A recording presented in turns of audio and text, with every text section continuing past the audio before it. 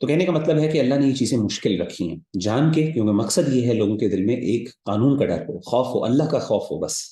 باقی اس کو چھپانا چاہیے. اور اللہ نے یہ چیزیں ایک اپنی رحمت کی وجہ سے لوگوں کو یہ رکھا تاکہ میکینزم مشکل ہو، تاکہ ان سزاؤں کو زیادہ اپلائی نہ کیا جائے، لیکن ان کا خوف ہو اور ایک میکینزم، ایک اسٹرکچر ایگزسٹ کرتا ہو کہ اگر کوئی بندہ بہرحال ان کنڈیشنز کو پورا کرے گا تو ان کو سزا بھی دے. ظاہر ہے بہت کم لوگ ہوں گے جو ان کنڈیشنز کو پورا کریں گے. جب وہ پورا کر لیں گے تو اس کے بعد کیا ہوگا کہ جب ان کو سزا دی جائے گی تو بڑی عبرت ناک سزا ہوگی، اور اس کی وجہ سے پھر معاشرے کے اوپر، پوری سوسائٹی کے اوپر اس کا ایک پازیٹیو امپیکٹ آئے گا. دوسری چیز اللہ نے یہاں پہ تین علماء نے کہا، تین سزاؤں کا ذکر کیا. پہلی سزا جو ہے دو حصی سزائیں ہیں، دو ایسی سزائیں ہیں جن کا تعلق فزیکل ورلڈ کے ساتھ ہے، مٹیریل ایسپیکٹ کے ساتھ ہے، اور ایک کا تعلق ایک کا تعلق ہے فزیکل کے ساتھ، ایک کا تعلق ہے یعنی نان فزیکل کے ان فزیکل کے ساتھ، اور تیسرے کا تعلق آخرت کے ساتھ ہے. تو اللہ تعالیٰ نے تین سزاؤں کو دکھا. دیکھیں پہلی 80 کوڑوں کی سزا ہے. دوسری یہ ہے وَلَا تَقْبَلُوا لَهُمْ شَهَادَةً أَبَدًا، کہ اس کے بعد ان لوگوں کی، اس شخص کی کبھی گواہی کو قبول نہیں کیا جائے گا، کبھی بھی کنسیڈر نہیں کیا جائے گا کہ اس کی گواہی ہو. وَأُولَٰئِكَ هُمُ الْفَاسِقُونَ، اور آخرت میں ان کی سزا بھی ہے. تو اللہ نے تین سزاؤں کا ذکر کیا. اللہ نے ڈرایا ان لوگوں کو، خاص طور پہ ان لوگوں کو جو اللہ معاف کرے کسی مسلمان عورت کے اوپر تہمت لگاتے ہیں، بہتان لگاتے ہیں. تو یہ سخت، کتنی سخت سزا ہے. یہ کوڑے بھی مارنے ہیں، اس کے ساتھ فزیکل سزا یہ ہے. پھر نان فزیکل کیا ہے کہ ان کی شہادت کبھی قبول نہیں کی جائے گی دوبارہ سے، ہمیشہ ہمیشہ کے لیے وہ ڈکلیئر کر دیے جائیں گے کہ یہ ریلائبل نہیں ہے، ٹرسٹ وردی نہیں. اور تیسری یہ کہ قیامت کے دن اللہ کے یہاں بھی اسپرچولی بھی وہ اللہ تعالیٰ کی سزا کے ایک مستحق ہوں گے. تو اس سے پتہ چلا، دیکھیں اللہ تعالیٰ نے ایک مسلمان کی عورت، یعنی ایک عورت کی عزت کو کس طریقے سے محفوظ کیا اس دور میں جب اللہ معاف کرے یہ چیزیں بہت زیادہ کامن تھیں. میں آپ کو بڑی انٹرسٹنگ بات بتاؤں کہ خواتین میں، خاص طور پہ اللہ کے رسول صلی اللہ علیہ وسلم کے دور میں بھی خواتین کے اندر یہ بیماری بہت پائی جاتی تھی کہ وہ ایک دوسرے کے اوپر بہتان لگاتی تھی. آپ کو پتہ ہے کہ سورہ بینہ کے آخر میں اللہ تعالیٰ نے ذکر کیا ہے، یا ایھا النبی ان جاءکم المؤمنات یبایعنک علی الا یشرکن باللہ شیئا ولا یسرقن ولا یزنین ولا یقتلن اولادهن ولا یأتین ببہتان یفترینہ بین ایدیہن وارجلہن ولا یعصینک فی معروف فبایعہن واستغفر لہن اللہ. کہ نبی صلی اللہ علیہ وسلم اگر یہ خواتین آپ کے پاس آئیں اور بیعت کرنے کے لیے، کس چیز پر بیعت کریں؟ اسلام کی بیعت کرنے کے لیے، مسلمان ہونے کے لیے کہ ہم فرما بردار ہوتی ہیں، ہم اللہ تعالیٰ کے قانون کو قبول کریں گی، آپ ہمارے اسلام کو قبول فرمائیے.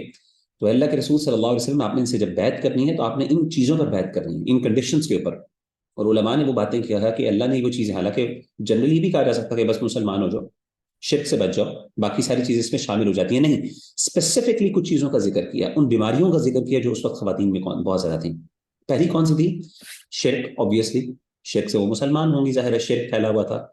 اچھا، اللہ یشرکن باللہ شیئا ولا یسرقن. دوسری چیز جو خواتین کے اندر اس وقت بہت زیادہ تھی وہ کیا تھی؟ چوری. ولا یزنین، زنا بہت کامن تھا خواتین کے اندر اور ظاہر ہے پورے معاشرے کے اندر. ولا یقتلن اولادہن، اور اس طریقے سے اولاد کا قتل بھی بہت کامن تھا. آج کل اس کا ایک آپ سمجھ لیں ایک ماڈرن ورژن ہے ابارشن کی صورت میں، ٹھیک ہے.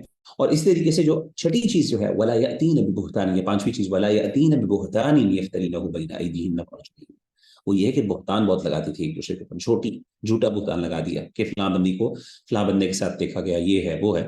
تو اس طرح کر کے اللہ معاف کرے، اللہ نے پھر یہ سخت سزائیں مقرر کی تاکہ زبان لوگوں کی جو عزتیں ہیں وہ محفوظ رہ سکیں. اور میں نے آپ کو جیسے بتایا کہ اس میں چاروں کیٹیگری کے لوگ آ جاتے ہیں. کسی بھی مسلمان نے، چاہے وہ مرد ہو یا عورت ہو، اس نے کسی اور کے اوپر زنا کی بہتان لگایا تو اس کے اوپر 80 کوڑوں کی سزا، اور وہ ثابت ہو گیا اور وہ ثابت نہ کر سکا، اس کے اوپر ہے برڈن آف پروف، یہ برڈن آف ایویڈنس اس کے اوپر ہے کہ وہ لے کے آئے گا 7 گواہ، اور اگر نہیں لے کے آئے گا تو پھر اس کو 80 کوڑوں کی سزا پڑے گی. الا الذین تابوا، اب اللہ نے یہ تین سزاؤں کو ذکر کرنے کے بعد کہا الا الذین تابوا، مگر ان لوگوں کے جنہوں نے توبہ کر لی، من بعد ذلک، اس کے بعد وہ اصلحوا، اور انہوں نے اصلاح کر لی، فإن اللہ غفور رحیم، بس اللہ، بے شک اللہ تعالیٰ بخشنے والے، رحم کرنے والے. علماء نے کہا کہ یہاں پہ ایکسیپشن کس چیز کی ہے؟ اللہ نے کہا کہ سوائے ان لوگوں کے جنہوں نے توبہ کر لی. اب 3 سزائیں، 80 کوڑے، دوسرا یہ ہے کہ کبھی بھی ان کی شہادت کو قبول نہیں کیا جائے گا، اور تیسرا یہ ہے وہ اولئک هم الفاسقون، وہ ہمیشہ ہمیشہ کے لیے یعنی اللہ کے ہاں وہ نافرمان کنسیڈر کیے جائیں گے. ظاہر ہے ہمیشہ نہیں، یعنی نافرمان کنسیڈر کیے جائیں گے. تو علماء کہتے ہیں کہ اس کے اندر توبہ کے بعد جس چیز سے ان کو ایکسیپشن کر دیا جائے گا. یہاں پہ ایکسیپشن ہے نا کہ سوائے ان لوگوں کے جنہوں نے توبہ کر لی. تو جب توبہ کر لی تو کیا ان تینوں کی یہ تینوں سزائیں معاف ہو جائیں گی؟ ایک ہے 80 کوڑے، ایک ہے گواہی، ان کی گواہی قبول نہیں کی جائے گی، اور تیسرا یہ کہ اللہ کے ہاں وہ نافرمان کنسیڈر کیے جائیں گے. علماء کہتے ہیں نہیں، 80 کوڑوں کی سزا تو ملے گی ہی ملے گی. ہاں باقی یہ ہے کہ ان کی جب وہ توبہ کر لیں گے اور اپنی اصلاح کر لیں گے تو اس کے بعد پھر ان کی گواہی کو قبول کر لیا جائے گا، اور اللہ بھی ظاہر معاف کر دیں گے ان کو. ظاہر اللہ کے ہاں نافرمان کیونکہ انہوں نے توبہ کر لی، استغفار کر لی. تو بعض علماء نے گواہی کو بھی ایکسیپشن رکھا، انہوں نے کہا نہیں، نہ ان کو کوڑے بھی پڑیں گے، سزا تو ملے گی ملے گی بے شک وہ توبہ کر لیں، اور اس کے ساتھ ساتھ ان کی شہادت کو، گواہی کو بھی کبھی دوبارہ قبول نہیں کیا جائے گا.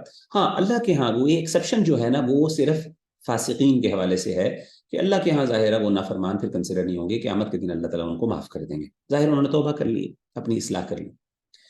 باقی علماء کے ہاں سزا ضرور ملے گی ان کو 80 کوڑوں کی. ٹھیک ہے نا، تو یہ ایکسیپشن ہے، باقی اس میں اختلاف بھی ہے علماء کا.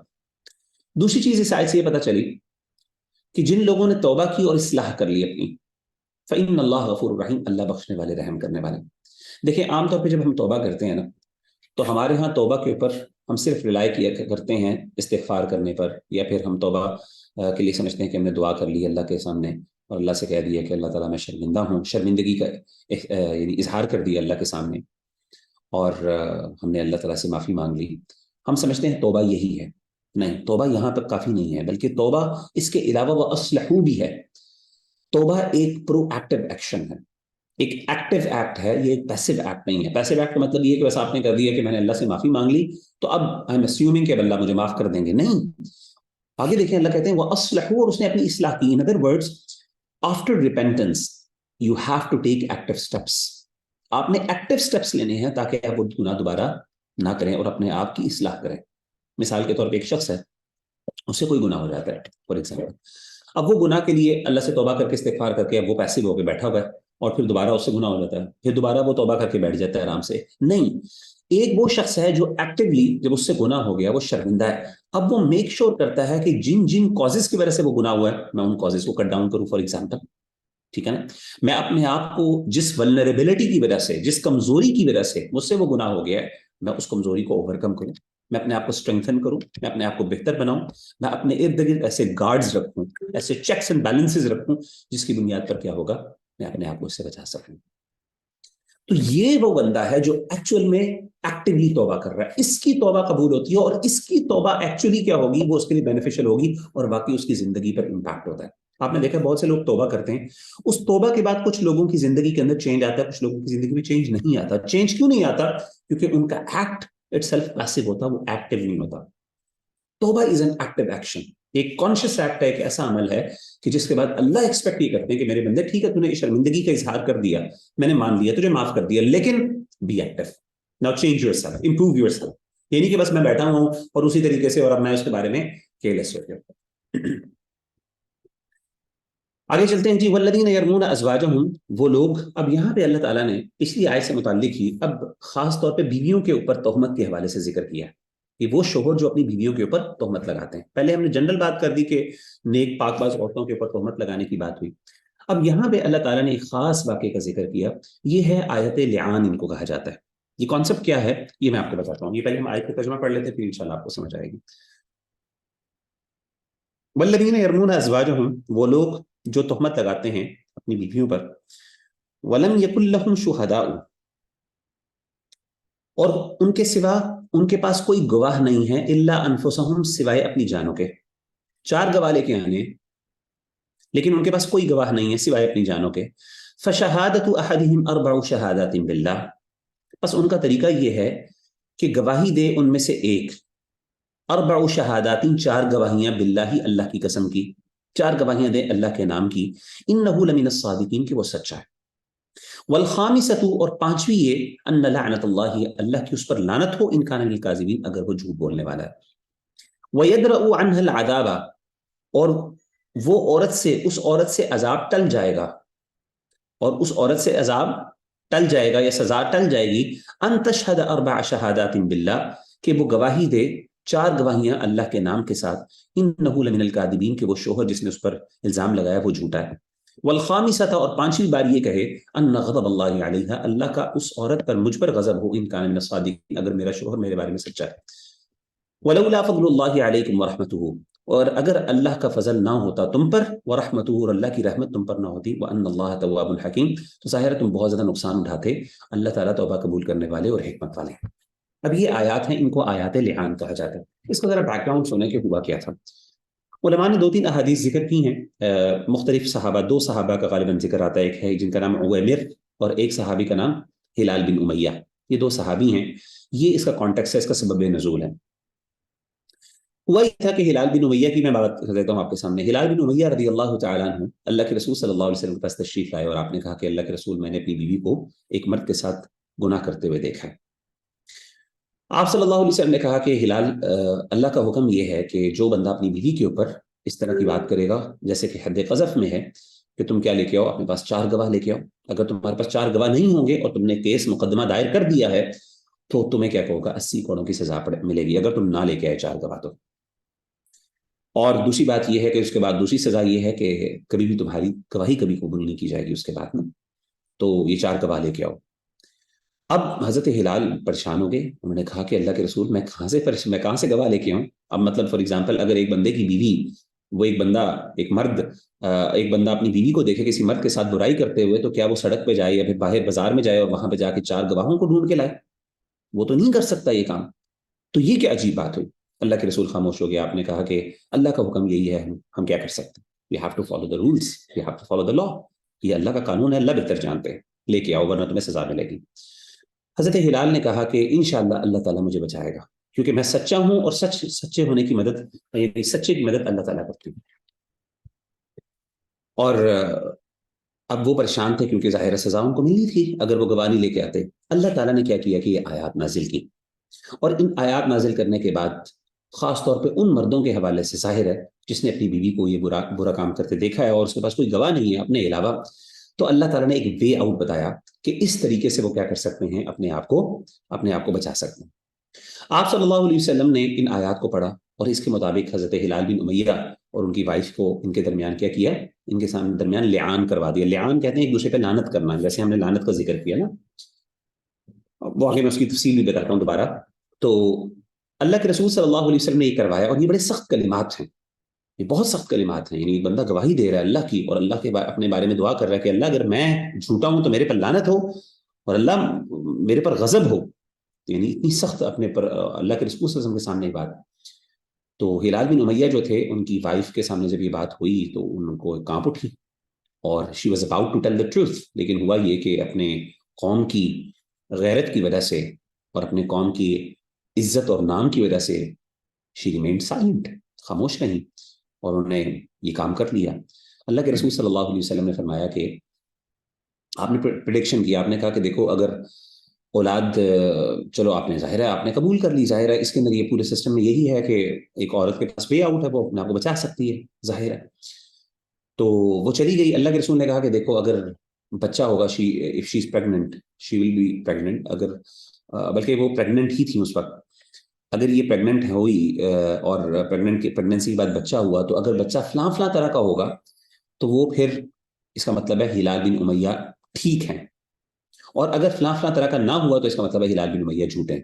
اور اللہ کی طرف سے ہوا یہ کہ بچہ ویسے ہی ہوا جیسا کہ اللہ کے رسول صلی اللہ علیہ وسلم نے فرمایا تھا، لیکن چونکہ یہ لعان ہو چکا تھا، اللہ تعالیٰ نے، یعنی لعان کے بعد سزا نہیں دی جا سکتی، اسی لیے اللہ کے رسول صلی اللہ علیہ وسلم نے ان کو سزا نہیں دی، ان کی وائف کو۔ ان کی وائف نے اگرچہ غلط کیا تھا یہ کام اور انہوں نے جھوٹ بولا اور انہوں نے ظاہر یہ ساری معاملات کیے، اور لیکن بعد میں ہوا یہ کہ اللہ کے رسول کی ان شہادت اور آپ صلی اللہ علیہ وسلم کی اس پریڈکشن کے مطابق، پریڈکشن تو نہیں کہنا چاہیے، آپ صلی اللہ علیہ وسلم نے جو بتایا تھا کہ اگر اس طرح ہوا تو یہ ہو جائے گا، تو آپ صلی اللہ علیہ وسلم کی اس بات کے مطابق صحابہ نے پھر جو والدہ کے نام پہ اس بچے کو کر دیا اور وراثت ہوئی۔ آپ کو پتا ہے کہ ولد الزنا جو ہوتا ہے، جو زنا کی اولاد ہوتی ہے، اس کی جو نسبت ہوتی ہے وہ ماں کی طرف ہوتی ہے، باپ کی طرف نہیں ہوتی، ٹھیک ہے نا۔ ولد الزنا جو ہوتی ہے، ولد الزنا یعنی جو زنا کا اولاد ہوتی ہے، اس کی نسبت عورت کی طرف بھی، باپ کی طرف نہیں ہوتی۔ ظاہر ہے وہ اس کا بچہ ہی نہیں ہوتا تو اس کی طرف نسبت کیوں ہوگی، لیکن عورت کی طرف ہوتی ہے، تو وہ اپنی ماں کا وارث بنتا ہے، وہ اپنے باپ کا وارث نہیں بنتا۔ نہ اپنے بایولوجیکل، ایون اپنے بایولوجیکل فادر کا بھی نہیں بنتا، کیونکہ بایولوجیکل فادر جو ہے وہ اس کا باپ، بایولوجیکل فادر تو ہوتا ہے، حقیقی باپ نہیں ہوتا، لیکن ماں اس کی حقیقی ہوتی ہے، بہرحال کیونکہ اس کی پیٹ سے جنا ہوتا ہے اس نے سارا کچھ. تو اینی ویز تو ہلال بن امیہ نے یہ معاملہ کیا. تو بہرحال بتانا یہ چاہ رہا تھا کہ میں اس کے بعد لیان، اب لیان کا کانسیپٹ کیا ہے؟ لیان کا کانسیپٹ یہ ہے کہ اگر مرد اپنی بیوی کو دیکھے اور اس کے پاس کوئی گواہ نہ ہو تو اس نے کیا کرنا ہے، وہ قانون کے پاس جائے گا اور وہ قانون کے پاس جا کے 4 گواہیاں دے گا اللہ کے نام کی، 4 قسمیں کھائے گا، کہے گا اللہ کی قسم وہ سچ، میں سچا ہوں، اللہ کی قسم میں سچا ہوں، اللہ کی قسم میں سچا ہوں، اللہ کی قسم میں سچا ہوں. اور 5واں یہ کہے گا اللہ کی مجھ پر لعنت ہو اگر میں جھوٹا ہوں. ٹھیک ہے نا، پہلا یہ ہے 4 قسمیں کھائے گا کہ اللہ کی قسم میں سچا ہوں، اللہ کی قسم میں چٹا ہوں، اللہ کی قسم، اور 5ویں دفعہ یہ کہے گا کہ اللہ کی لعنت مجھ پر ہو اگر میں جھوٹا ہوں. اچھا اب ہوگا یہ کہ جب یہ مرد کر لے گا تو عورت کو بلایا جائے گا اور کہے گا کہ آپ کے شوہر نے یہ قسم کھائی ہے، آپ کو قبول ہے؟ اگر تو عورت قبول ہو جاتی ہے، قبول خاموش ہو جاتی ہے، تو ظاہر ہے اس کے اوپر سزا ہوگی، اس کو پھر سزا ملے گی جو رجم کی سزا. لیکن عورت اپنے آپ کو کس طرح بچا سکتی ہے؟ عورت کیا کرے گی اس کے رسپانس میں؟ اگر وہ کہتی ہے کہ نہیں میرے شوہر میرے ساتھ زیادتی کر رہا ہے، جھوٹ بول رہا ہے، تو پھر وہ 4 قسمیں وہ بھی کھائے گی. وہ کہے گی اللہ کی قسم یہ جھوٹا ہے، اللہ کی قسم یہ جھوٹا ہے، اللہ کی قسم یہ جھوٹا ہے، اللہ کی قسم جھوٹا ہے. اور 5ویں دفعہ یہ کہے گی کہ اللہ کا مجھ پر غضب ہو اگر وہ سچا ہو، میرا شوہر اللہ کا مجھ پر غضب ہو اگر وہ سچا ہو. تو 4 دفعہ وہ کہے گی اللہ کی قسم وہ جھوٹا ہے. ٹھیک ہے نا، تو یہ ہے لعان. اس کے بعد کیا ہوگا؟ ان دونوں کو سپریٹ کر دیا جائے گا، ان کو علیحدہ کر دیا جائے گا، ان کو جدا کر دیا جائے گا، پھر یہ ہمیشہ ہمیشہ کے لیے ایک دوسرے سے جدا ہو جائیں گے. ظاہر ہے اس کے بعد جب میاں بیوی میں ظاہر ہے ان میں سے ایک کوئی سچا تو ہوگا ڈیفینیٹلی، ایک جھوٹا ہوگا اور ایک سچا ہوگا. تو اس کے بعد ظاہر ہے یہ شادی کا تعلق، یہ رشتہ چل نہیں سکتا. اسی لیے اس لعان کے بعد اللہ کے رسول صلی اللہ علیہ وسلم نے میاں بیوی کو جدائی کروا دی، اور اس لعان کے بعد پھر جدائی ہو جاتی ہے، پھر میاں بیوی آپس میں رہ نہیں سکتے اکٹھے.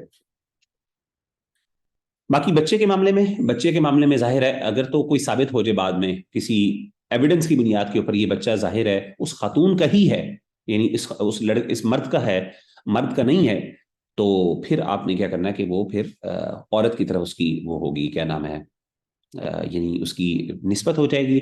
لیکن اگر ثابت ہو گیا کہ نہیں مرد کا ہی ہے تو پھر وہ مرد کا بھی وہ باپ ہوگا اس کا، اور وہ اس کو اون کرے گا، اس کو اون کروایا جائے گا. اینی ویز آگے چلتے ہیں جی. آگے ہے جی، آگے اگلی آیت ہے ان الذین جاؤ. اب یہاں پہ اللہ تعالیٰ نے جنرلی یہ احکامات دینے کے بعد اب اللہ تعالیٰ نے ایک واقعہ افک کو بیان کیا. آپ دیکھیے اب تک جو معاملات سارے چل رہے ہیں وہ ہے بہتان کے حوالے سے.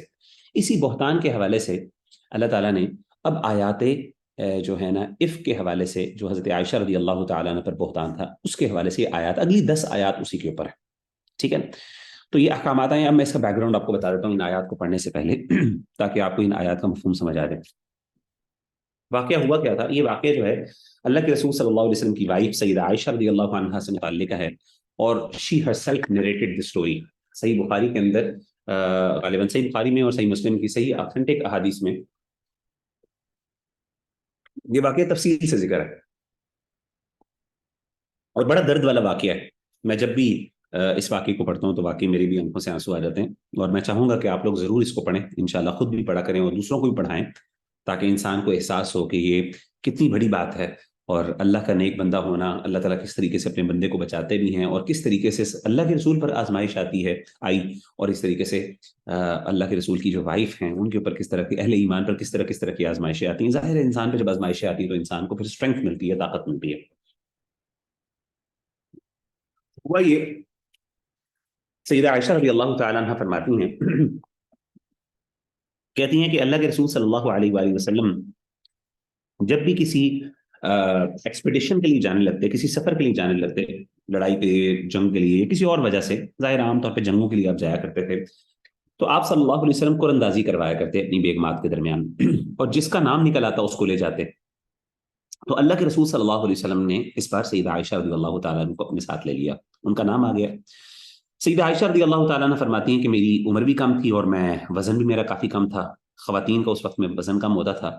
تو یہ جو واقعہ ہے یہ پیش آیا تھا حجاب کی آیات اترنے کے بعد، یعنی سورہ احزاب کے اندر اللہ تعالیٰ نے جو عورتوں کو پردہ کرنے کا حکم دیا، اس کے بعد یہ جو ہے یہ واقعہ پیش آیا.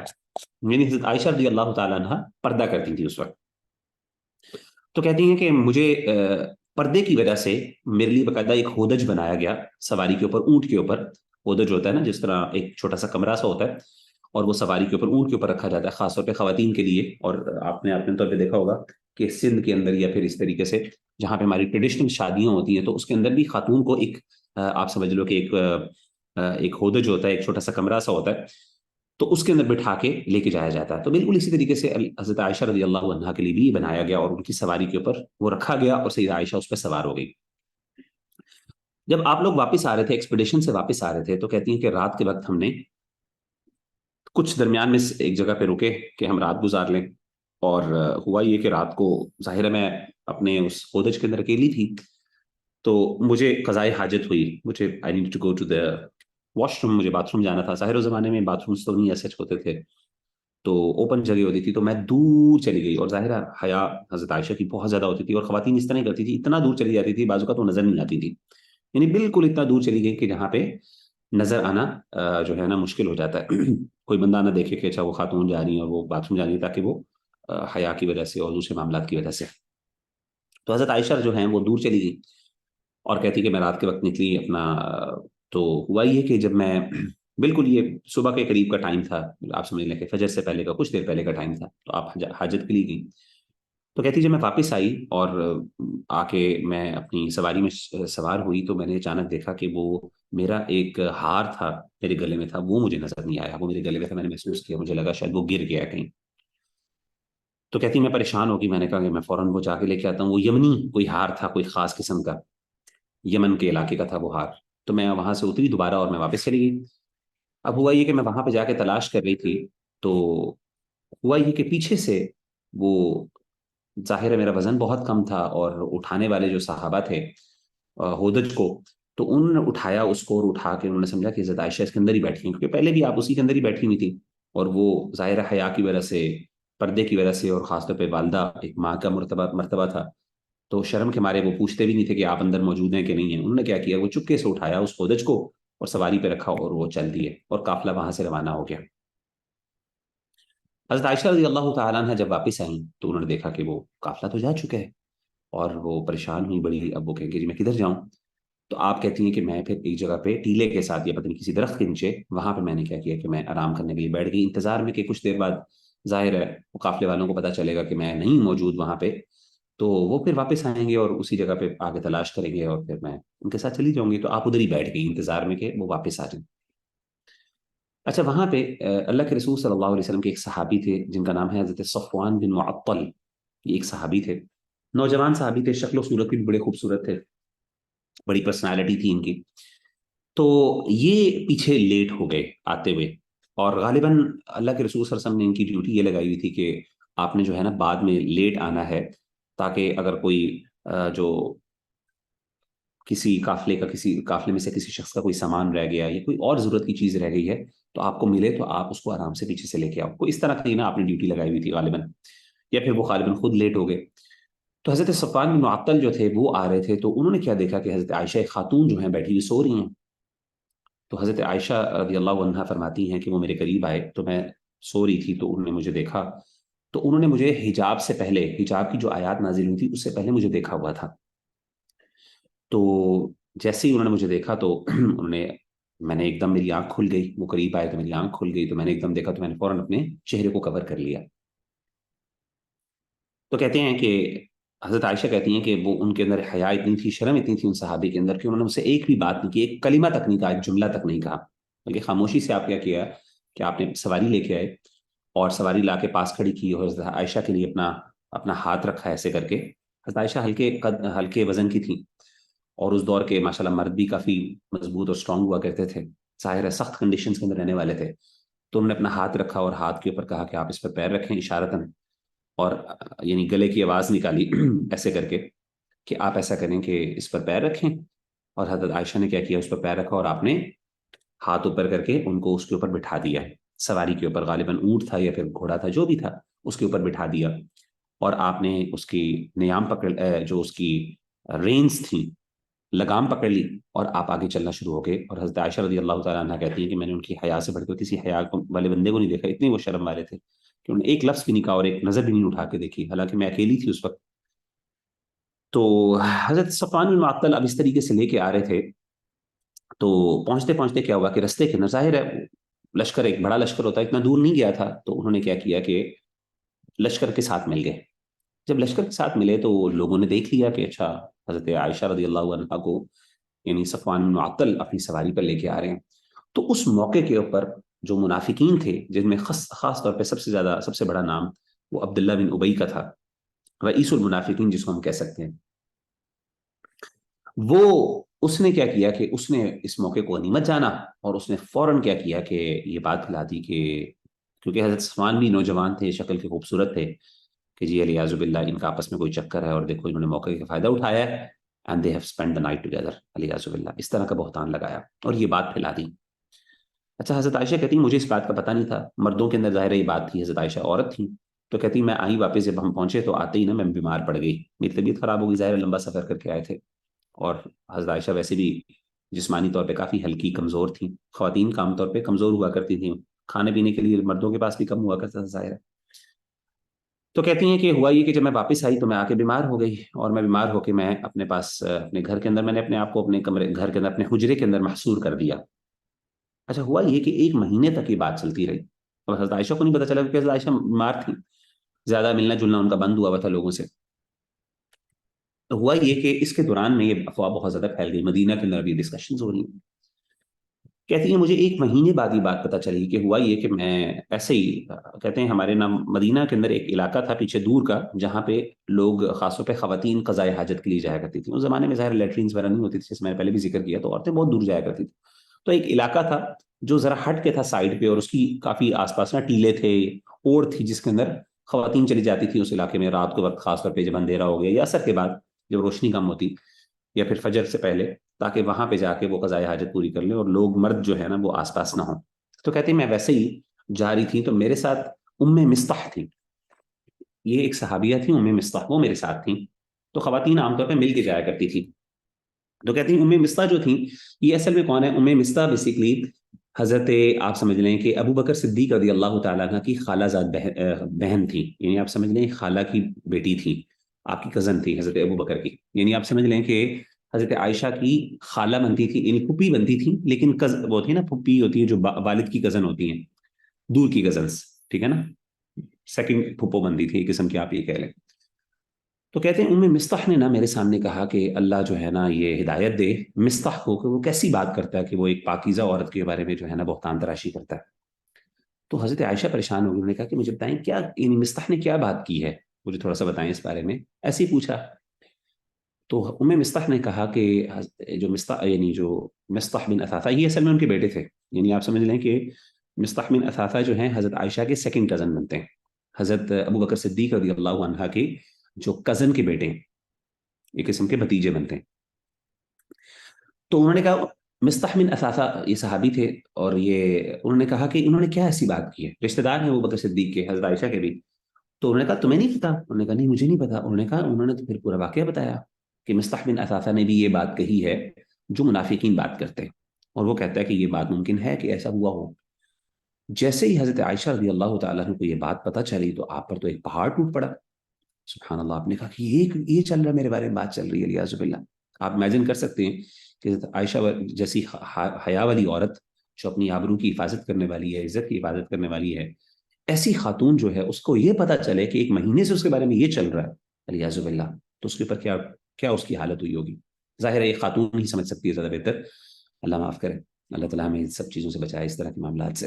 اچھا اب ہوا یہ کہ حضرت عائشہ کہتی ہیں کہ میں پریشان ہو گئی اور میں چلی گئی، اور میں نے باقاعدہ اچھا کہتی ہیں کہ میں نے اس دوران میں نے دیکھا کہ اللہ کے رسول صلی اللہ علیہ وسلم نا ان کے رویے کے اندر مجھے نا ایک مہینے کے اندر اندر مجھے فیل ہوا کہ آپ تھوڑے سے نا خاموش خاموش ہیں، یعنی جس محبت سے آپ ملا کرتے تھے مجھ سے، اس محبت سے آپ مجھ سے نہیں مل رہے۔ تو میں حیران ہوتی، میں نے کہا پتہ نہیں کیا ہوا اللہ کے رسول صلی اللہ علیہ وسلم کو۔ تو آپ نے کہا ہوا ہوگا کوئی پریشانی ہوگی، کوئی مصروفیت، ظاہر ہے اللہ کے رسول صلی اللہ علیہ وسلم کی زندگی بڑی ٹف تھی۔ تو آپ کہتی ہیں میں خاموش رہی، لیکن میں نے یہ واضح فرق محسوس کیا اللہ کے رسول صلی اللہ علیہ وسلم کے مزاج کے اندر اور بیہیویئر میں میرے حوالے سے۔ تو حضرت عائشہ کہتی ہیں کہ میں بڑی پریشان ہو گئی، اللہ کے رسول صلی اللہ علیہ وسلم کے پاس گئی، اور میں بڑی اس دن میں روتی رہی، اور میں نے اللہ کے رسول صلی اللہ علیہ وسلم جب آئے گھر میں تو میں نے کہا اللہ کے رسول مجھے اجازت دیں، میری طبیعت ٹھیک نہیں ہے، میں اپنی امی کی طرف چلی جاؤں، میں کہ چلی جاؤں۔ تو اللہ کے رسول صلی اللہ علیہ وسلم نے کہا کہ ٹھیک ہے آپ چلی جاؤ، اور آپ صلی اللہ علیہ وسلم نے ان کو چھوڑ آئے. کہتے میرے گھر میں مجھے چھوڑ آئے میری والدہ کے پاس. کہتی میں وہاں پہ پہنچی تو میں جا کے وہاں پہ روئی اپنی امی کے پاس جا کے، اور میں نے ان کو بتایا کہ میرے بارے میں یہ پتہ چل رہا ہے. تو وہ بیچاری ماں کیا کر سکتی ہے، باپ سے بھی پوچھا کہ باپ بھی پریشان. سیدنا ابوبکر صدیق باپ بیچارہ کیا کرے. اب ظاہر ہے اس طرح کی باتوں میں بیچارے ماں باپ بالکل ہی بے بس ہوتے. تو وہ بڑی پریشان اور روئیں، اور وہ کہتی میرے پر بڑا سخت وقت تھا. اب ہوا یہ کہ اللہ کے رسول صلی اللہ علیہ وسلم نے اس دوران میں کچھ صحابہ سے مشاورت کی. آپ بھی بڑے پریشان تھے. اچھا پورے مہینہ سوا مہینہ آپ سمجھ لیں اندازاً اللہ کے رسول صلی اللہ علیہ وسلم پر وہی نہیں آئی. اس سے پتہ چلا کہ اللہ کے رسول صلی اللہ علیہ وسلم غیب کا علم نہیں جانتے تھے، ورنہ آپ کبھی بھی اتنی تکلیف میں نہ رہتے. آپ پریشان ہیں، ظاہر ہے جس کی بیوی ہو اور اتنی پیاری بیوی، اپنی لاڈلی بیوی، وہ اس کے اوپر کیا پہنچے، اس کے تو اپنے گھر کا مسئلہ ہے نا، اس کے تو اپنی عزت کی بات ہے. آپ صلی اللہ علیہ وسلم نے کیا کیا کہ کچھ صحابہ سے مشورہ کیا. آپ نے دو صحابہ کا خاص طور پہ حدیث میں ذکر آتا ہے. سیدہ عائشہ فرماتی ہیں ایک اسامہ بن زید سے آپ نے مشورہ کیا، اور ایک آپ نے مشورہ کیا سیدنا علی رضی اللہ تعالیٰ سے.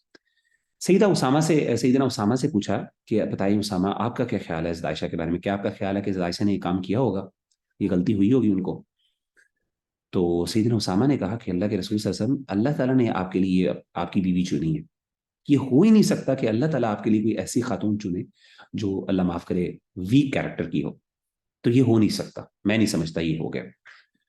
تو سیدنا اسامہ نے اللہ کے رسول کو یہ بات کی تو اللہ کے رسول صلی اللہ علیہ وسلم کافی اطمینان ہوا. آپ خاموش، آپ خوش بھی ہوئے اس بات پہ. آپ کو ایک بندے کو ظاہر ہے ری ایشورنس چاہیے ہوتی ہے، آپ پتہ ہے اس موقع کے اوپر انسان ہوتا ہے. اس کے بعد کیا ہوا کہ اللہ کے رسول نے پھر سیدنا علی سے پوچھا، غالباً اور بھی صحابہ سے پوچھا، لیکن اس حدیث کے اندر یعنی جو حدیث میرے سامنے ہے اس کے اندر سیدنا علی رضی اللہ تعالیٰ عنہ نے اللہ کے رسول صلی اللہ علیہ وسلم کو مشورہ دیا کہ اللہ کے رسول آپ دیکھیں، آپ کو تو خواتین کی کمی تو ہے نہیں، آپ کے پاس تو اتنی عورتیں ہیں، آپ کیوں اتنا پریشان ہوتے ہیں. تو آپ ایسا کریں کہ عام طور پہ خواتین جو ہے نا کوئی مطلب آپ نے کوئی تھوڑا اس طرح کی تھوڑی سی بات کی، لیکن آپ نے ساتھ یہ بھی کہا سیدنا علی نے کہ اللہ کے رسول آپ ایسا کریں کہ میرے سے بہتر نا سیدہ عائشہ رضی اللہ عنہا کی جو آپ کے گھر میں کام کرنے والی خاتون ہے وہ زیادہ بہتر بتا سکتی ہیں، جن کا نام تھا بریرہ. یہ بریرہ جو ہیں صحابیہ تھیں، یہ آزاد کردہ لونڈی تھیں سیدہ عائشہ کی، یعنی پہلے یہ غلام تھیں لیکن بعد میں ان کو آزاد کر دیا گیا. تو بڑی بڑی باکردار اور بڑی پاک باز اور بڑی زبردست ان کی پرسنالٹی تھی سیدہ بریرہ کی. بہرحال اللہ کے رسول صلی اللہ علیہ وسلم نے ان کو بلایا کہ بتاؤ بریرہ تم بتاؤ تمہیں کیا عائشہ کے بارے میں ایسی بات لگتی ہے. اب دیکھیں اللہ کے رسول ڈیسپریٹ ہے، آپ پوچھ رہے ہیں ٹھیک ہے نا. تو آپ نے نا پوچھا کہ تم بتاؤ تمہارا کیا خیال ہے. تو سیدہ بریرہ نے کہا کہ اللہ کے رسول صلی اللہ علیہ وسلم آپ کو میں تو تصور نہیں کر سکتی سیدہ عائشہ کے بارے میں ایسی بات. سیدہ عائشہ کو میں نے آج تک واللہ ما علمت، اللہ کی قسم میں نے کبھی ان میں خیر کے علاوہ بھلائی کے علاوہ کوئی چیز نہیں دیکھی. ہاں کم عمر ہیں، بعض اوقات ان سے چھوٹی موٹی غلطیاں ہو جاتی ہیں، مثال کے طور پہ کھانا پکاتے ہوئے لاپرواہی کر دیتی ہیں، بعض اوقات آٹا گوندتے ہوئے سو جاتی ہیں چھوڑ کے، جس کی وجہ سے بعض اوقات وہ جانور آ کے کھا جاتا ہے. اس طرح کی چھوٹی موٹی میں نے کمیاں دیکھی ہیں، لیکن یہ تو ہیومن ویکنیسز ہیں. اس کے علاوہ میں نے کیریکٹر کی کبھی سبحان اللہ کبھی بات ہی نہیں ایسی دیکھی. جب آپ نے صلی اللہ علیہ وسلم نے یہ دیکھی بات تو آپ کو دل میں اطمینان ہوا. اب آپ بڑے پریشان ہوئے اور آپ کو بڑا تکلیف بھی ہوئی، اور آپ کھڑے ہوئے اور آپ نے کیا کیا کہ صحابہ کو اکٹھا کیا اور آپ نے کیا کیا کہ سارے لوگوں کے سامنے پیش کیا اپنا معاملہ. اور آپ نے کہا کہ دیکھو، آپ کے باقاعدہ الفاظ ہیں، یعنی اللہ کے رسول صلی اللہ علیہ وسلم نے کبھی بھی آج تک اس طریقے سے اپنے آپ کو جو ہے نا لوگوں کے سامنے نہیں پیش کیا.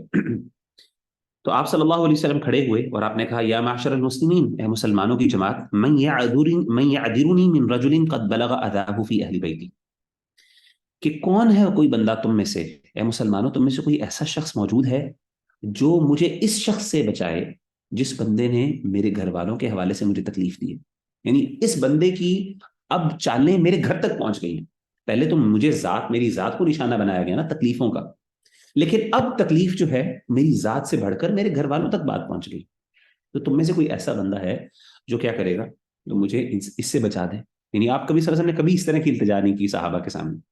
آپ دیکھ سکتے ہیں کہ آپ صلی اللہ علیہ وسلم اس ٹائم کتنی تکلیف میں ہوں گے. امیجن کریں، نبی ہے اللہ کا، سبحان اللہ. صحابہ کھڑے ہو گئے، ایک صحابی کھڑے ہوئے، اللہ کے رسول صلی اللہ علیہ وسلم، سعد بن معاذ کھڑے ہوئے، اللہ کے رسول میں آپ کے کرتا ہوں، ہم اجازت دیں ہم اس کی گردن اتار دیں. اچھا اللہ کی طرف سے ایک اور صحابی کھڑے ہو گئے جو ان کے مخالف تھے، سعد بن عبادہ. سعد بن معاذ کھڑے ہوئے تو یہاں پہ سعد بن عبادہ کھڑے ہو گئے.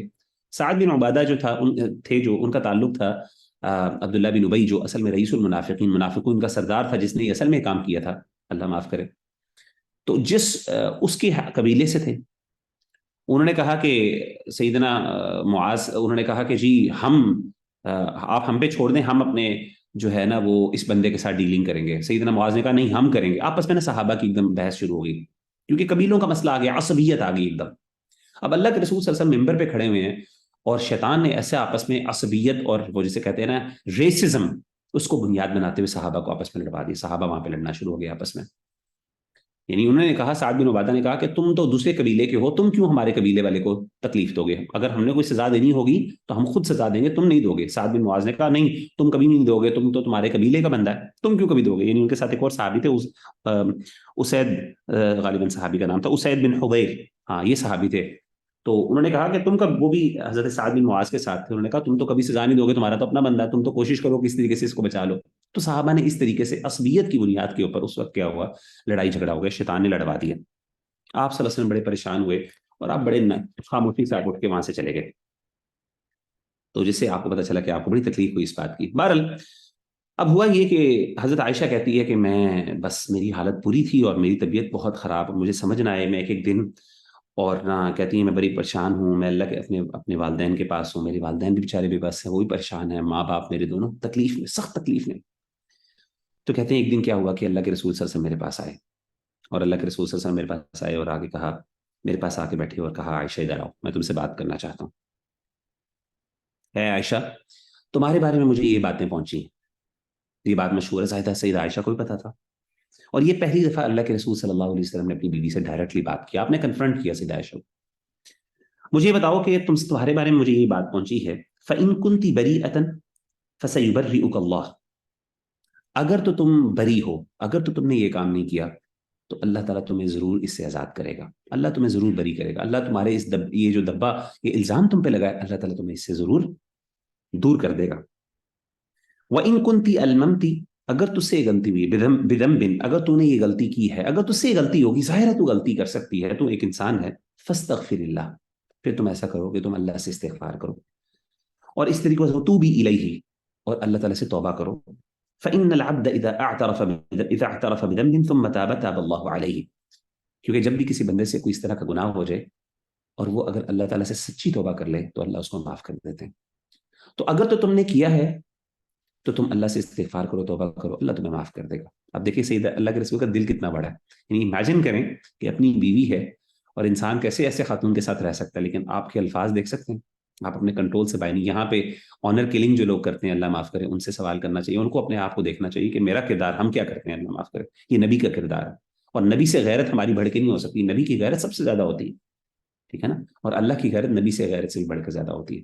تو نبی نے کہا، صلی اللہ علیہ وسلم نے کہا کہ اے عائشہ، اگر تو تم سے غلطی ہوئی ہے تو پھر کیا کرو، اس کو مان لو اور استغفار کرو، اللہ تمہیں معاف کر دے گا. لیکن اگر تم سے غلطی نہیں ہوئی نا تو تم ایسا کرو کہ تم پریشان نہ ہو، اللہ تمہیں اس سے ضرور آزاد کرے گا. تو کہتی ہیں کہ جب میں نے سیدہ اللہ کے رسول صلی اللہ علیہ وسلم نے یہ بات مکمل کر لی نا تو میری آنکھوں سے آنسو نکلنا شروع ہو گئے اور مجھ سے بولا نہیں گیا. تو کہتے ہیں کہ میرے والد نے مجھے کہا کہ عائشہ، عجب عنی رسول اللہ صلی اللہ علیہ وسلم فیما قال، نہیں بلکہ کہتی ہیں کہ میں نے اپنے باپ کو دیکھا. سیدہ عائشہ کہتی ہیں کہ میں نے اپنے والد کو دیکھا، والدہ بھی ساتھ موجود ہیں، والد بھی موجود ہیں. تو میں نے اپنے والد کو دیکھ کے ڈیسپریٹلی یہ کہا کہ ابو جان آپ میری طرف سے جواب دینا، آپ بتائیں کہ میں نے یہ کام نہیں کیا. اب سیدنا ابو بکر صدیق رضی اللہ تعالیٰ عنہ، ایک طرف اپنی بیٹی ہے، ایک طرف اللہ کے رسول صلی اللہ علیہ وسلم ہے، امیجن کریں کہ ان کے اوپر کیا بیت رہی ہوگی. تو کہتے ہیں کہ فواللہ ما ادری ما اقول لرسول اللہ صلی اللہ علیہ وسلم، اللہ کی قسم مجھے نہیں پتا عائشہ کہ میں اس وقت اللہ کے رسول کو کیا جواب دے سکتا ہوں. آپ نے ڈیسپریٹ ہو کے اپنی والدہ کو دیکھا اور آپ نے کہا کہ یا امی، اے میری امی، آپ جواب دیں اللہ کے رسول صلی اللہ علیہ وسلم کو، آپ بتائیں کہ میں نے یہ کام نہیں کیا. تو اللہ کے رسول صلی اللہ علیہ وسلم کے بارے میں ان کی والدہ نے یہ کہا کہ واللہ اللہ کی قسم میں کیا کہہ سکتی ہوں، اللہ کے رسول ہیں، یہ تو نبی ہیں، میں کیا کہہ سکتی ہوں ان کو، یعنی آپ خاموش ہو جائیں. تو کہتی ہیں کہ ابھی یہ والی بات ہوئی تو پھر میں نے روتے ہوئے کہا اللہ کے رسول کو، میں نے کہا کہ دیکھیں اللہ کے رسول صلی اللہ علیہ وسلم، اگر تو میں نے کہہ دیا نا کہ ہاں یہ میں نے کام کیا تو آپ سب مان جائیں گے، آپ کہیں گے ہاں میں نے یہ کیا ہے اور مجھ سے غلطی ہوئی ہے. اگرچہ میں نے یہ کام نہ بھی کیا ہو لیکن پھر بھی اگر میں کہہ دوں نا کہ میں نے کیا ہے تو آپ سب لوگ میری اس بات کو قبول کر لیں گے، حالانکہ میں نے یہ کام نہیں کیا ہوا. لیکن اگر میری زبان سے نکل گیا کہ ہاں میں نے کیا، اگر میں اس کو مان جاؤں، نہ چاہتے ہوئے بھی مان جاؤں، اور جھوٹ ہو اس کے باوجود میں اس کو مان جاؤں، تو آپ لوگ مان جائیں گے. لیکن اگر فار ایگزامپل میں نے کہا کہ نہیں میں نے یہ کام نہیں کیا، تو آپ میرے پر بلیو نہیں کریں گے. آپ کبھی بھی اس اعتماد کے ساتھ میری بات کو قبول نہیں کریں گے کہ ہاں واقعی اے عائشہ تم نے یہ کام نہیں کیا. تو آپ صلی اللہ علیہ وسلم نے کہا کہ حضرت عائشہ نے کہا کہ میرا اس ٹائم معاملہ وہی ہے، اور میں وہی کہوں گی جو سیدنا یعقوب علیہ الصلاۃ والسلام نے اپنے بیٹے کے حوالے سے کہا تھا کہ فصبر جمیل واللہ المستعان علی ما تصفون، کہ میرے لیے تو صرف اچھا صبر ہے. صبر اچھا کرنا ہی اس وقت مجھے ضروری ہے، اور وہی میں نے کرنا ہے. واللہ المستعان علی ما تصفون، اور اللہ میری مدد کرنے والے ہیں اس کے اوپر جو تم بات کر رہے ہو. یعنی جو باتیں آپ لوگ اس میں مجھے کہہ رہے ہیں، یہ سوالات جو آپ کے لیے آپ میرے سامنے پریزنٹ کر رہے ہیں، اس وقت میں اس پر صرف صبر کر سکتی ہوں، اور میں اللہ تعالیٰ سے مدد مانگ سکتی ہوں کہ اللہ تعالیٰ مجھے حوصلہ دے اور استقامت دے. اب آپ امیجن کر سکتی ہیں اگر کنڈیشن میں جائیں سیدہ عائشہ کی، کہ سیدہ عائشہ اس وقت کس تکلیف اور کس ایموشنل کنڈیشن سے گزر رہی ہوں گی، کہ جب وہ ڈائریکٹلی اپنے والد اپنی والدہ کی موجودگی میں، اور اپنے شوہر جو اللہ کے رسول صلی اللہ علیہ وسلم جن سے بہتر کوئی نہیں، یعنی اس وقت سیدنا ابوبکر جو اللہ کے رسول صلی اللہ علیہ وسلم کے بعد اس امت میں سب سے بہترین ہیں، وہ موجود ہیں، اور ان کے سامنے دس شوز ہاؤ ہیومن دے ور. سبحان اللہ. ہم بعض اوقات نا انبیاء کے بارے میں یہ سوچتے ہیں کہ شاید وہ ہیومن نہیں تھے، روبوٹس تھے، ان کے اندر تو شاید فیلنگز نہیں تھیں، اسی لیے ان کے لیے اسلام پر عمل کرنا اور اللہ کے احکامات پر عمل کرنا بہت آسان تھا. صحابہ بھی وہ تو بڑے، وہ کوئی آؤٹ آف دا ورلڈ تھے نا، وہ کوئی ایلینز تھے. آپ کی سوچ ہے they were as humans as we are, they were as vulnerable as we are. وہ اتنے ہی یعنی عاجز تھے اللہ کے سامنے جس طرح ہم عاجز ہیں. یعنی they were not super humans, they were normal individuals. سبحان اللہ. اچھا اب کیا ہوا؟ کہتی ہیں کہ پھر بس میں نے یہ جملہ کہا فصبر جمیل واللہ المستعان علی ما تصفون، یہ کہہ کے میں اپنے بستر پہ چلی گئی، اور میں نے پھر اپنے آپ کو ان سے دور کر دیا. تو کہتی ہیں کہ مجھے اس بات کا یقین تھا کہ میں بری ہوں، میں نے یہ کام نہیں کیا، مجھے اس بات پہ خوب اطمینان تھا. لیکن مجھے کبھی یہ بات نہیں تھی کہ مجھے یہ اللہ تعالیٰ سے اس وقت اللہ سے تقاضا یہ تھا، توقع تھی کہ کیا واقعی اللہ تعالیٰ مجھے اتنا امپورٹنٹ سمجھتے ہیں کہ میرے حق کے اندر اللہ تعالیٰ کوئی وحی نازل کر دیں، اللہ کے رسول صلی اللہ علیہ وسلم کو بتا دیں. کیونکہ میں کوئی اتنی اسپیشل عورت ہے. اب یہ سیدہ عائشہ اپنے آپ سے بات کر رہی ہیں، ٹھیک ہے نا. کہتے ہیں مجھے اس بات کا یقین تھا کہ میں اس سے بری ہوں، ولیکن ما کنت اظن ان ينزل في شأني وحی یتلا، کہ کبھی بھی اللہ تعالیٰ میرے بارے میں کوئی قرآن مجید کی آیت نازل کریں گے جو ہمیشہ سے ہمیشہ تلاوت کرتی جو ہمیشہ تلاوت کی جاتی رہے گی. میں نے تو سمجھا تو ہو سکتا ہے میکسیمم اللہ تعالیٰ یہ کریں گے کہ کوئی نہ کوئی نبی صلی اللہ علیہ وسلم کو خواب آ جائے گا، کوئی وحی کی کوئی اور صورت ہوگی جس کے ذریعے اللہ کے رسول صلی اللہ علیہ وسلم کو پتہ چل جائے گا. تو کہتی ہوا یہ کہ میں بھی وہیں پہ بیٹھی تھی، اللہ کے رسول صلی اللہ علیہ وسلم وہاں سے نہیں اٹھے، آپ بھی پریشان ظاہر، اللہ کے رسول بھی خاموش، ان کو سمجھ نہیں آ رہی میں کیا کروں. صاحب ابو بکر سامنے بیٹھے ہیں، ان کی والدہ بیٹھی ہیں سامنے سیدہ عائشہ کی. تو کہتے ہیں ابھی وہ وہیں پہ بیٹھے ہوئے تھے، تو اچانک میں نے کیا دیکھا کہ سیدہ اللہ کے رسول صلی اللہ علیہ وسلم کی طبیعت خراب ہونا شروع ہو گئی. اور وہ طبیعت کیسے خراب ہوگی؟ آپ کا چہرہ جو ہے سرخ ہونا شروع ہو گیا، اور آپ کے اندر کبکبی طاری ہو گئی، ٹھیک ہے نا. He began to shiver، کیونکہ اللہ کے رسول صلی اللہ علیہ وسلم پہ جب بھی وحی نازل ہوتی تھی تو اس وقت آپ صلی اللہ علیہ وسلم بڑے یعنی بہت مشکل ہوتی تھی آپ پر، جیسے ہمیں احادیث میں پہلے بھی پتا ہے. آپ کا آپ کے ماتھے سے موتیوں کی طرح پسینہ گرنا شروع ہو گیا، اور آپ نے اپنے چہرے کو چھپا لیا. اور جیسے ہی آپ نے چہرے کو چھپایا تو اب میں ڈیسپریٹ ہوں، میں ویٹ کر رہی ہوں کہ پتہ نہیں وحی ہوئی ہے تو اب کیا ہونے والا ہے. تو کہتی ہیں کہ جیسے ہی میں نے بھی اللہ کے رسول صلی اللہ علیہ وسلم کی طبیعت نارمل ہوئی تو میں نے آپ صلی اللہ علیہ وسلم نے اپنا چہرہ نکالا، اور آپ کا چہرہ جو ہے چمک رہا تھا خوشی سے، اور آپ نے مجھے دیکھ کے کہا کہ عائشہ اب شری، خوش ہو جا، ام اللہ فقد برأکی، خوش ہو جاؤ کیونکہ اللہ تعالیٰ نے تمہیں بری کر دیا اس سے، یعنی اللہ تعالیٰ نے تمہاری پاکیزگی کی گواہی دے دی ہے. سبحان اللہ. اور اللہ کے رسول صلی اللہ علیہ وسلم ہنس رہے تھے، آپ خوش ہوئے تھے، اور آپ کے چہرے پر ایک اسمائل تھی. تو جیسے ہی سیدنا رسول اللہ صلی اللہ علیہ وسلم نے یہ بات کی اور سیدہ عائشہ کو یہ بتایا، تو آپ کی والدہ بڑی خوشی سے، آپ کی والدہ نے کہا فقالت لی امی، میری اماں نے کہا قومی الیہ، اے عائشہ کھڑی ہو، کھڑی ہو، اللہ کے رسول صلی اللہ علیہ وسلم کے پاس جاؤ.